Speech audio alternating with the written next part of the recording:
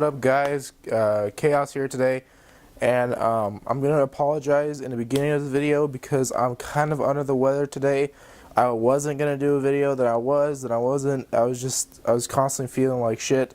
But I said, you know what? I'm gonna be loyal to my fans. I said that I'm gonna give you guys a video every Monday and Thursday morning. So I'm gonna give you a video even if I sound nasally. I'm sorry about it. I'm coming down with some sort of sickness. Don't know what it is, but it's a pain in the butt.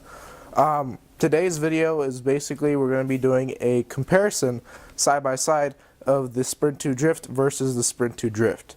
Now, that may sound weird to a couple of you guys. Sprint 2 Drifts are the same car. They're by HPI. They're made from, I believe, 2005 to still today, 2014. The difference is my Sprint 2 Drift, which is on the right hand side of the screen, is from 2005 or 2006, somewhere around there. It's that type of model. I got this car for my birthday. I believe it was I want to say my 12th or 11th grade birthday. I mean, 12th year-old birthday. It was a Sprint 2 Drift with a Camaro body on it, the black one with gold emblems that say Sprint 2. That was a cool car. I love that car. I had so much fun with that car, but I had to constantly just do upgrades as I was going on.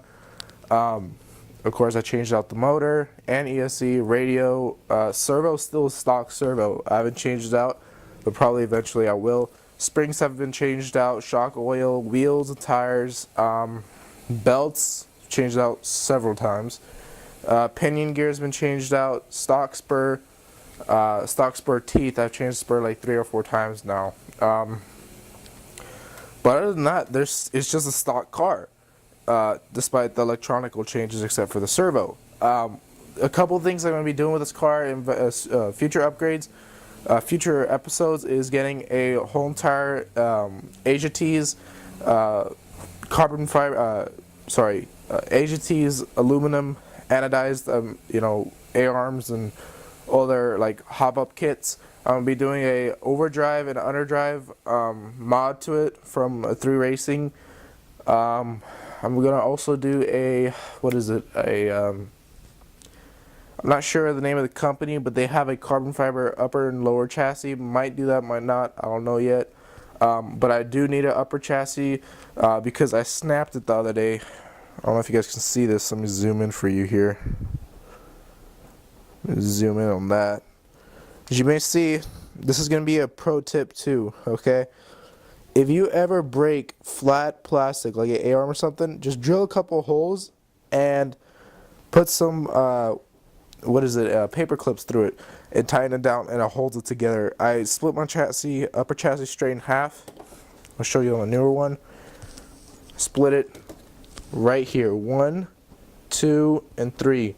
I split those areas. I drilled a couple holes on all of them, put a little bit of paper clips, tie them together, and it works totally fine. You can also use safety wire, but I like to use paper clips because they're a little bit thicker. I don't do that with all my cars, but I do with some cars because, you know what, it saves you, and if you're on the track racing, something like that can, save you and win you the race. Just a quick tip that I was going to give you guys. Also, tie straps also help you with that, but I'll get into a different video about that, all the quick tips how to fix it. Okay, so we're gonna get into what's the difference. The newer one right here, which is a 2014 model, I got this from my cousin, and let me zoom out for you guys. Forgot that I was zoomed in. Gonna move mine out of the way so I could talk about the 2014 model. The 2014 model, you may see, has a different bumper, different color bumper, and a little bit thicker, stiffer bumper. My bumper's not that thick, not that stiff. I guess you could say it's a little bit thicker. No, my bumper's thicker. The stock bumper. Hold on, let me show you guys what I'm talking about. Okay, side by side here. Zoom out for you guys here. Side by side. The things that I've done with my car versus the stock one, which is the 2014, is my ride height's a little bit higher in the front versus the stock one. The reason is because I just didn't want the chassis constantly be scraping on the floor. That's the only reason why. Second reason, because you can go rally racing with it, and it's really fun if you haven't tried it. Be careful with your belts, though. I'll get into what you can do to protect your belts. Okay, so the stock bumper for the 2014 is a little bit thinner. The 2005, 2006 models have a little bit thicker foam. For width-wise, the 2014 wins versus the old school. The color, of course, they're different. Stiffness, 2014 wins. Okay, so the bumpers, of course, are a little bit different. Now, getting back into the actual car itself, other than the bumpers, because we're starting from the bumper to the rear end. As you may notice with the newer ones, let me put the camera closer so you guys can see what I'm talking about. Gonna go off screen here a little bit, I'm sorry about this. Okay, as you may notice here, I'm gonna loosen this guy up so you guys can see what I'm talking about. As you may notice here, there is a open area straight for the front diff. I don't know why they did that. Maybe that's to you know, allow the belt to cool down, or you know, have less weight or styling features. I don't know. But my old one is covered, has a guard, as you may see. So that's a difference there right off the bat. Of course, the big difference that sticks out is the colors. Now, my colors are purple from factory. The new 2014 is yellow, orange. And the reason for that is because HPI is orange. They said it's better off to be orange versus the pink. I don't know why. I think the pink looks a little cool, but the orange also looks cool. But the HPI was known for their pink back then, so it's kind of weird for them to change everything to orange now. It is what it is, but you know, I guess that's their choice. Second thing off the bat is the receiver box. As you may notice, the new one has a receiver box all the way in the rear right there. Now, my one came with, my original one came with, sorry about that guys, my mic just fell off. Sorry about that. My mic fell off. Bear with me guys, I'm sorry, it's been a long day for me. I couldn't sleep at all last night. The old one came with no receiver box. It just came with a receiver sitting right here. Again, that's something they upgraded. It's a good thing to have this, but I mean, it's kind of bulky. They could have done something smaller. Of course, you come with this one that we're looking at is the one with a Castle Creations Sidewinder SCT. Same system I'm running. The only difference is the ESC doesn't have a fan on the new one, and the CAN motor is a black one. They call it the Flux. It's same shit. There's no difference at all. The only difference is this one is much more quieter, and this one is not. This one is a lot more quieter because one is brand new. Mine is old. It's been used for a long time in the dirt. Everything, so all the bearings have gone out. I need to replace that. Just need the money. I haven't got the time to do it. I'll do it eventually. I'll show up a video of that. The spur gear on the new one is a 90, and I think mine is only an 80 something. Show you guys a view of that. As you can see, the spur gears are a bit bigger. As you may see, this one right here is smaller than that one right there. I don't know if you guys can really see that, but that's a big difference. Especially in top speed, because the one you would think smaller spur gear, bigger pinion would give you faster speeds. Well, I guess because of the belt ratio, it's not really going to work that way. This one gives you more speed, this one gives you more torque. So again, that depends on how you're going to go with it. What else? Oh yeah, the new ones come with Dean's connectors, pretty nice. My old one did not come with Dean's. It came with Tamiya connectors, or Tamiya. A lot of guys call it Tamiya. I always used to call it Tamiya, but I actually found out that it's actually called Tamiya. I was at the LA car show, and I was talking to a guy from Tamiya, and he said it's pronounced Tamiya, not Tamiya. All that bullshit. So that's the actual final debate going around with RC guys. Is it pronounced Tamiya or Tamiya? It's Tamiya. I know it's kind of sound weird, but it is what it is. Anyways, back to what I was saying. It had Tamiya connectors versus Dean's. They both can run on LiPos now. Gonna flip the cards around so you can see the rears. As you may notice again, I'm gonna zoom out of here. Okay, so the rear again is open. One more time. It's open here. It's closed there. I like it closed because there's no rocks that can go in there and screw up your stuff. But again, I don't know what they were thinking when they were opening it up, make it lighter. But you know, I don't mind that extra grams of plastic. What else? The only things I did with mine with the shock towers and stuff is I put in the optional shock towers. You can get that from the stock car too. It comes in a bag of goodies you get with the car. Let's flip the car over on its underside now. Show you guys what it looks like. As you may notice, the old one is closed here.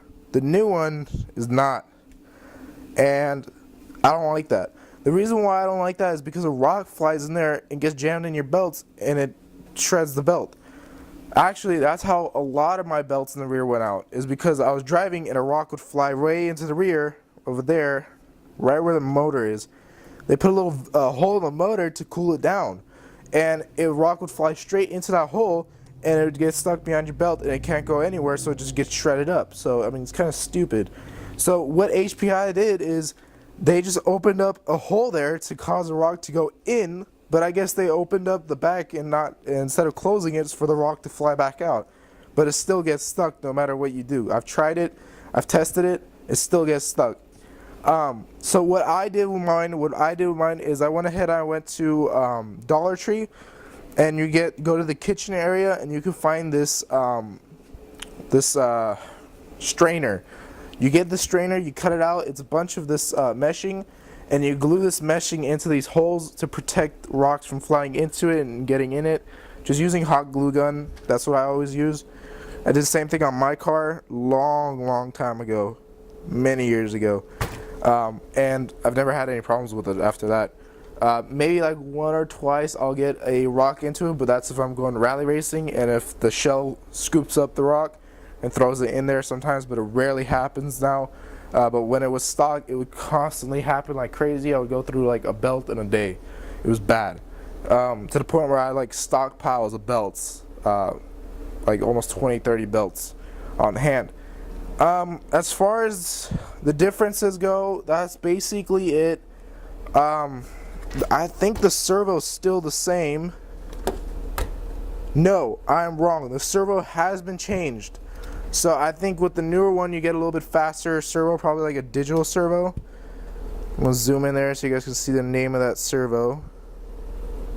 The difference there. Yeah, servos are a bit different. The top one is SF-1 and the bottom one, let's get the camera to focus, is SF-10W. I'm assuming it must be better. I'm not sure. Other things that have been done to it, nothing much other than those. I mean, of course, the radiator. Oh man, it's been a long day. The receiver, the receiver radio. The receiver and radio has been changed out from the AM radio that you would get in this guy into a HPI's 2.4 gigahertz radio. First day I got this from my cousin. He was constantly having problems with it. The car would always steer off because it would lose some sort of bug in it.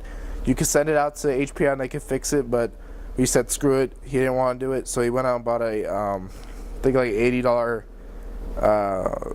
Airtronics radio. I'm not a fan of Airtronics. I've used Airtronics before. They're okay, but I mean, I'm more of a Futaba guy. Spectrum's really good too, but Futaba's like the best for me. Futaba's also really expensive. Spectrum's like mediocre, and then you get to Airtronics, and Airtronics is like kind of weird because they can have you know, certain radios that are cheap and certain radios that are like god awful expensive. So it depends. That's basically it, guys, for comparing these two cars. Hopefully you guys like this video. Hopefully this video was actually helpful for you guys, you know what I mean? Because I've looked up on YouTube and I could not find anybody who's done a video of comparing these two cars, these two different years, side by side. So, you know, hey, the first one, I don't know. I couldn't find any when I was looking it up.